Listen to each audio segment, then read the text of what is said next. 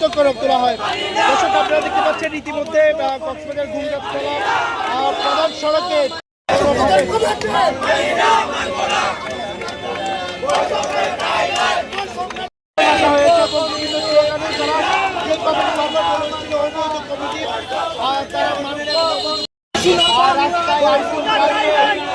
গতকাল যে ছাত্রদলের কমিটিটা হয়েছে সেই কমিটির বিরোধিতা করা হচ্ছে।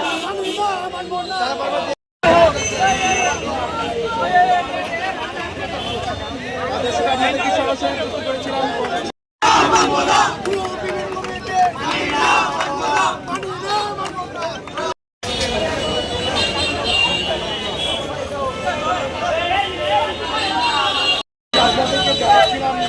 ছাত্রদলের কমিটি হওয়ার পর এখানে